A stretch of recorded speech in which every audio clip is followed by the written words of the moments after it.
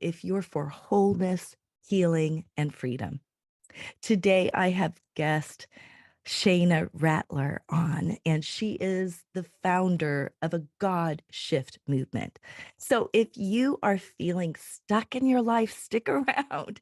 She's going to help you overcome destiny detours in your life. But before Shayna comes on, I want to give you an opportunity to download something that I have for you called 5 Steps of Grace, a journey guide to freedom. This will help you have a spiritual breakthrough and set you up for your destiny.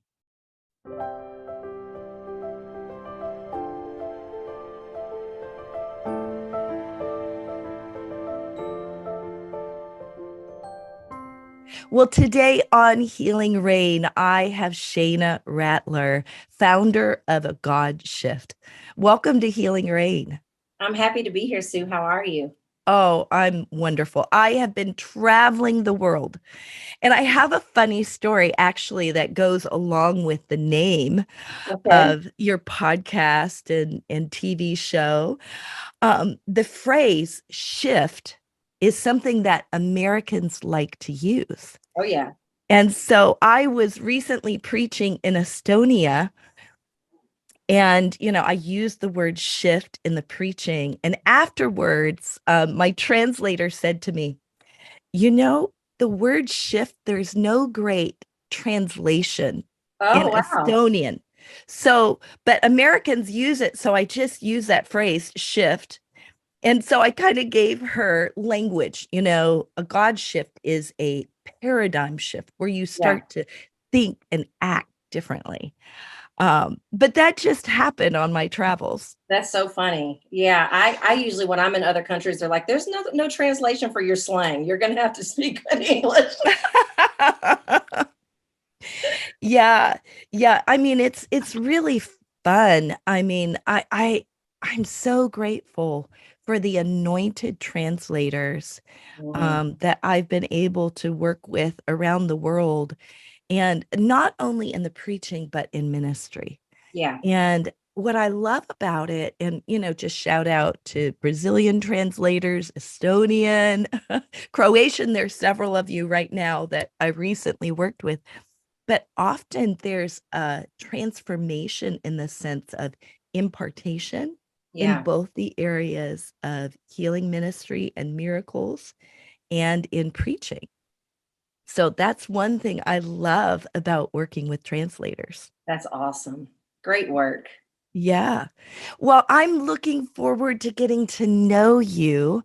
And just tell me, where did that God shift happen in your life, that place in your healing journey that you moved into your destiny? Yeah. So my first God shift was of God. The second one I brought on myself. But very long story short, in 2018, the Lord allowed everything in my life to dry up. And I think it's good to give a little bit of context to what is a God shift. And my definition of a God shift is the moment a disruption in your life collides with God's purpose and moves you into a greater destiny. So I think the first thing that we have to realize that disruption is really an invitation, but are we going to accept that invitation to, see what it is that God wants us to see here, learn what we need to learn, and for many of us, go where it is that He needs us next. And so I was actually being called to ministry. I'd been an entrepreneur since 2007. And in 2018, everything in my business dried up. And it was because He was trying to let me know that I was being called to ministry. And I believe that the Lord is so committed to His results in our life that He's going to do whatever He has to like shake us up to say, no, I need you to do something different. And I'm not the type of person that you can tap on the shoulder or whisper. You almost have to hit me with a 2x4. And so, had He have allowed me to continue to have the speaking engagements in multiple countries and make multiple six figures and then call me to ministry, I would have been like, is He talking to you? Absolutely not. He's not talking to me either. I would not have known that I was even qualified to be called, And so He was calling me to ministry, and He allowed everything to dry up. And then, after I said, okay, Lord, I don't know what this is going to look like. I don't even know why you want to use me. but I've seen the number of people that have ran from their calling and what happens as a result of that. And so I'm going to run to it, whatever that looks like. And so, that was my God shift moment to say, I have to be willing to let go of what was familiar and what it is that I created in order to reach forward to what it was that God was calling me to do, even though I didn't think I was ready, even though I thought I was the least likely person that he should have wanted to use, and even though I didn't know how it was going to happen. Well, I love how God calls us at any point in our lives, um, and I love how he takes the prior things that you did, and Hmm. it's not like all of that learning or experience goes out the window. It Nothing's just wasted. Yeah, he just takes that and invests it in a new direction. A friend of mine that travels and speaks around the world, she was a nurse. Mm, And now she really ministers healing and prophetic ministry. Kim Moss, just a shout out to her. But, yeah. her nursing actually sets her up to understand all the different ways that God heals. And So one I of the things love things that like I that. feared, one of the things that I feared, Sue, was like, I love business and I love strategy and I love communication. And I Mhm. feared that when I said yes to ministry, that I was going to have to say no to that. And the Lord was very clear that I'm taking you into an and season, not an or season. And everything that you have used in the past, you will be able, to continue to use. And in fact, everything that I put in you to build the marketplace is what's going to have to be in you to be able to build the kingdom. And I'm so grateful that there's a Yeah. lot of skill set in the marketplace that is transferable into ministry versus if you've always been in ministry and you're now trying to be effective in the marketplace, there's just not as many skill sets that you can carry over. And so I'm grateful when I'm looking at like, how do you get this message out? How do you master, social media when nobody knows who you are as a faith-based person? So I was grateful to be able to still rely on my business mind and still be able to rely on strategy Mhm. in order to be strategic in building the kingdom. Well, and one of the things that is a weakness in many Christian ministries and nonprofits is that business sense. I mean, it's a Sure. very important part of ministry, and people don't realize that. I say we Y have to have Jesus and a strategy because, I've been part of Yeah. ministries and like, oh, ladies, all we have to do is love Jesus. I was like, no, you're trying to fill 250 seats in your conference. Loving Jesus alone is not enough. You have to have him and a strategy. Yeah, and, I agree with you, and yet I'm gonna say this, because sometimes God's strategy for a person or a movement is Hmm. very, very simple. And I'll Hmm. give you an example. Upper Room's an example of that. Yeah. God said to them, I want you to build me a resting place. Yeah. So they focus on worship and they don't have a lot of leadership strategy, but they're still doing the basic thing that is instrumental in any type of movement, Yeah. and that's do what God says. Yeah. Yeah. And then God will work through different kinds of things. I have something that happened recently in Dallas. I was at a Cindy Jacobs event and just I, prayed with a I woman. think we were at the same event then. Were you at Deborah's United? I was at that private meeting ahead of Okay. time. Okay. And so at the private meeting, I got to pray for Rachel Ruto, who at that point, her husband was running for president in Kenya, and I Yes. was scheduled to head there. Yep. And She was one of the speakers. I remember that. her whole heart is to raise up and release women leaders and entrepreneurs. Mm-hmm. So I'm actually going to take a group of women leaders with me um, to Kenya. And because I think sometimes we get too pinned into lanes. But again, that Yes. was something that I heard in prayer. And that's such a key to not just do something because we think it's great, Right. but to do what God says. Right. Right. I totally agree. I say all the time, like, so many times we're making idols out of confirmation when there's so much that we can do based on what he's already said instead of waiting on what it is that he's going to say next. And most time he's not going to say anything next if we haven't been obedient to what he's already said. So that confirmation that you're waiting for is not going to happen until you do what he's already said. You know, when I get invited to a party, I don't then wait for a confirmation. I already had the invitation. And so, you know, God, I need an opportunity. Well, he sent you, somebody sent you an email for an opportunity. That was the answer. And now you need confirmation. It's just like, ay, ay, ay. You know, I here's what I think is very helpful about what you're saying. I sense you're an activator. You Oh, for sure. help activate people into their destiny. For sure. And I am also an activator. And part of it is women have a tendency in particular more than men to hold back and hesitate. That can be true of men sometimes too. But I think, and especially when you travel internationally Mhm. in communist, which were previously under communist rule, which was Yeah. a fear-based mentality. You know, there can be this hanging oppression over women, you know, where they want to make sure they do it right and don't get it wrong. And, you know, there's a lot of fear Yeah. that holds people back from the fullness of what God's speaking in their lives. I agree. You know, fear and faith both have the same definition. That's believing in something that hasn't happened. And so, since they're so similar, it's very easy to feed the wrong one. And so, we have to look at like what are some of the ways that we can make sure that we're starving our fear and feeding our faith. If since they're so closely related, it's easy to, you know, to get it wrong. I love how you said that. That is excellent. Thank you. Yeah. So starving your fear and feeding faith. What Yeah. are some ways that you do that in your life? I think we first have to recognize that sometimes even a prayer can be a form of procrastination, you know, because we're full of doubt, and doubt and destiny are polar opposites. Sometimes we don't want to take risk, and when I'm asked often, like, "Well, how do I know that a risk is worth taking?" Sometimes you won't know until you start to take a step. But I love the fact that God is the best GPS that is out there, and so if we take a step in the wrong direction, He'll reroute us. Everything is figure outable. I don't know if that's a word, but I love it. And you know, so I say, you know, when you're looking at taking a risk, do you have peace about it? If you have peace about it, take a mini step and see how God responds, because I believe that that's when we make room for him to work, is when we're willing to take a step even if that step is laced with uncertainty. And I'm constantly reminded of, I believe it's Psalms 119 and 105, when it said that the word is a lamp unto my feet and a light unto my path.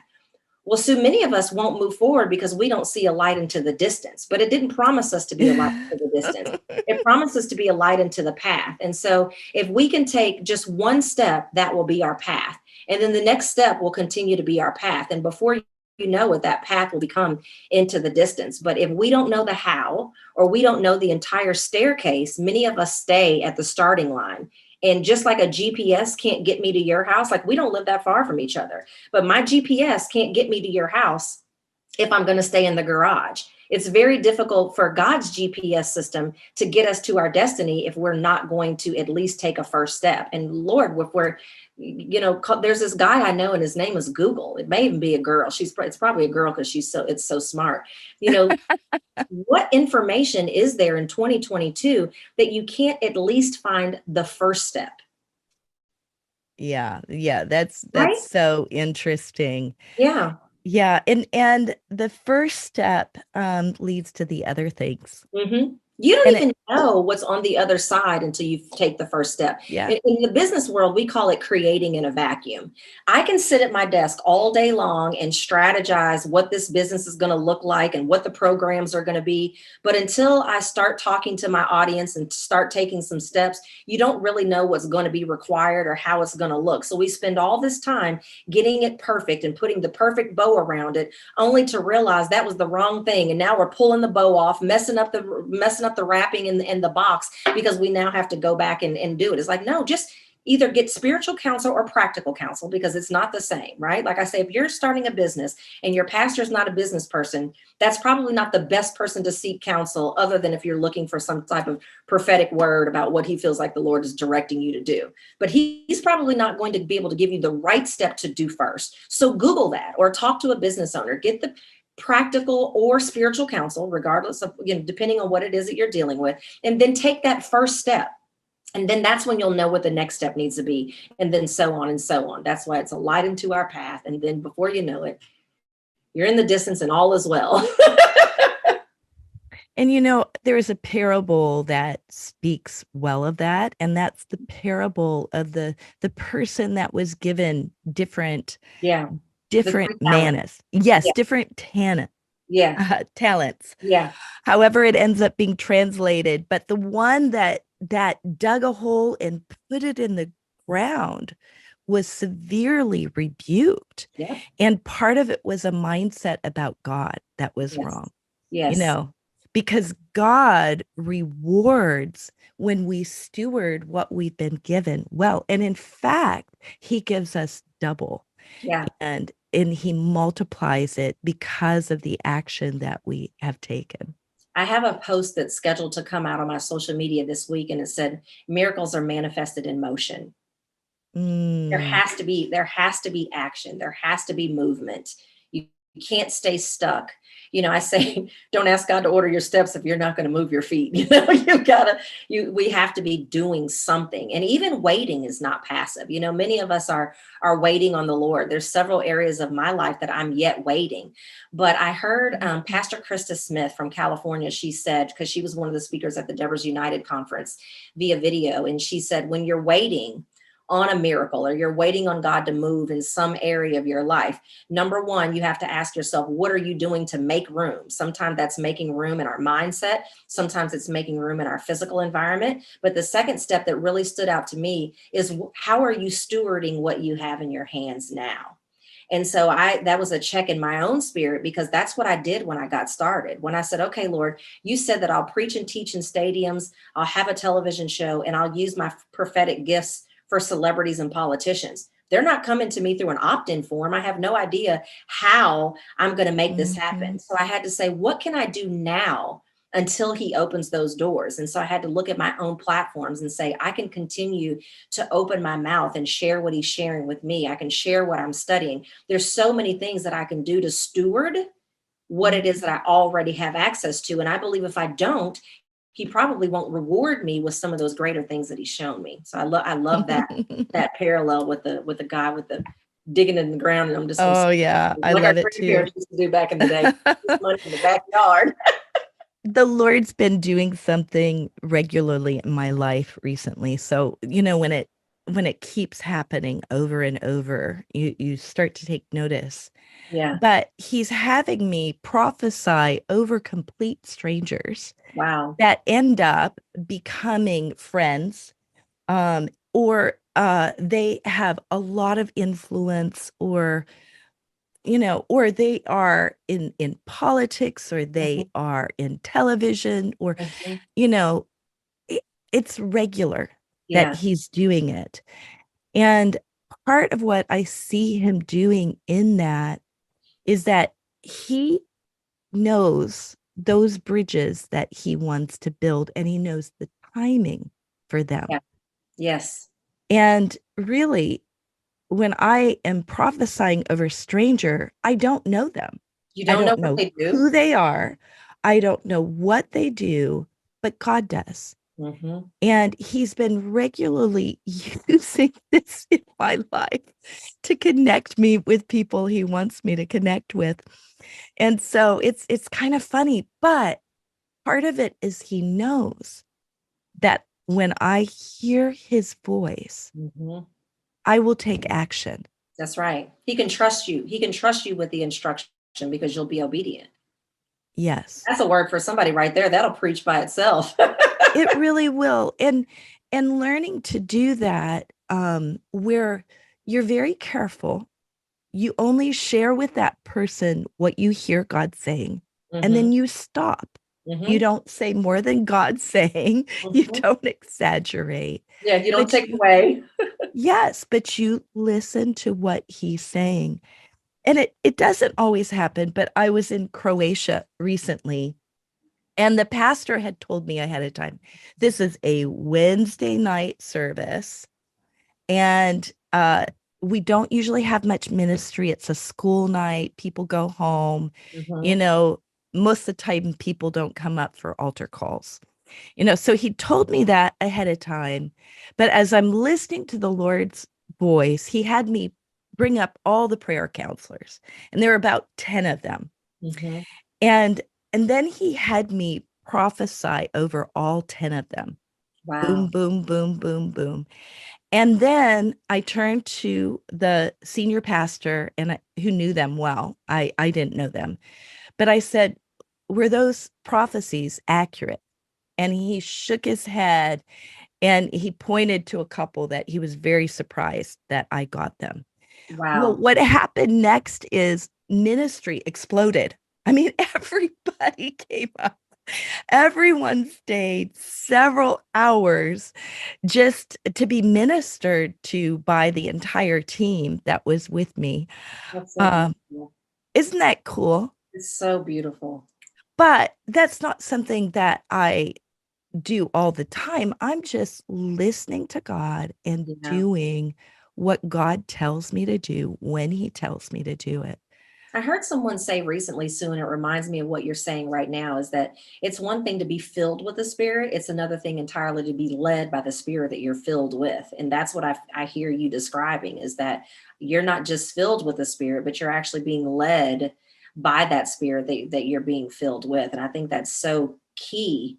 And especially those of us who are prophets or who prophesy, sometimes it can sound so menial or silly to us. I was with Bishop Bill Hammond and his crew a couple of years ago, and one of the prophets of his house was telling me that he was in a situation one time, and the Lord kept telling him to tell this woman watermelon. He said, "Lord, you've lost your mind. There's no way I am going to look like a fool and I'm going to say watermelon to this woman." Well, you know how it is. It just keeps pulling at you, pulling at you, pulling at you. And so he did what all of us do when we're kind of leery about the word. We explain it away first. "I don't know if this means anything to you. It probably doesn't, but watermelon." And she breaks down in tears because it was exactly like what she needed to know or do for some next move that she was planning on doing in her life. So praise God for those of us that are like, I'm going to say it even if I don't understand it, or because it's not for, me, I guess. Yeah. I had one of those. And it was one of those where you took a risk. I probably didn't have just one, but I'll share this Yeah. example. A woman came to me and she had 6 children, but her children were not having children. Mm, And that was her prayer request. And so I took her hand and I saw a dried up umbilical cord. wow. Like, that's even kind of gross, Hmm. but that's all I saw. So I just said, "This is what I see. Does that mean anything to you?" Yeah. And she kind of does this. And then she said, "Oh, when I had my 6th child, I said out of my mouth, I will never have another child."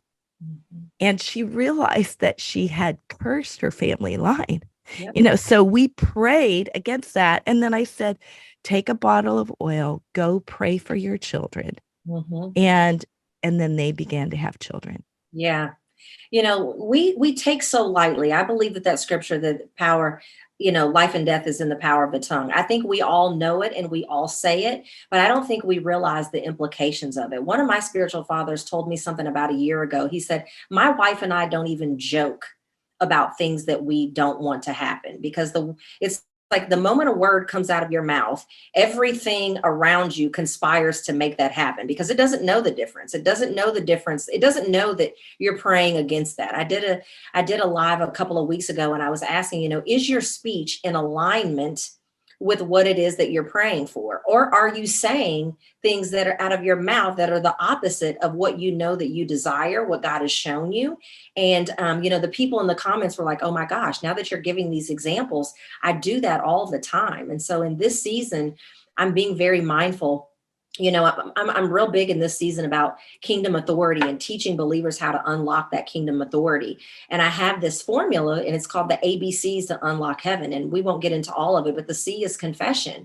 And I'm talking about how important it is that we use the right language. Number one, Isaiah 46:10 tells us that the Lord declared the end from the beginning. So we need to start speaking now that is what it is that we want to see. But then Mhm. we have to make sure that after that point, because I think many of us do that. We have our declarations, we have our post-it notes. I am healed, I am wealthy, I am loved, I'm married, whatever it is that we're believing God for.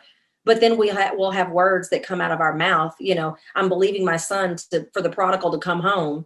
But then I'm like, I just don't know. He's never going to get it together. Well, that was a great canceller. And so I really want our listeners to recognize that we have to be so mindful of every single thing that we say, even if we're joking. The Mhm. world is going to conspire to make those words come to pass, and so we just have to be so careful. And it's a muscle that has to be built. I catch myself sometimes Yeah. go, whoop, I take that back. I don't agree with that. I am not in agreement with what I just said, Yeah. and then let me replace that with something more Yeah. in alignment. And it's more than being superstitious. It's more than that. Correct. Correct. Because the reality is God spoke the world into existence. So Yep. he modeled in Genesis how powerful words are. Right. And really it's his word that gives us the instruction for us to know how Mhm. powerful our words are. Mhm. And also there's something about speaking it and hearing it and being transformed.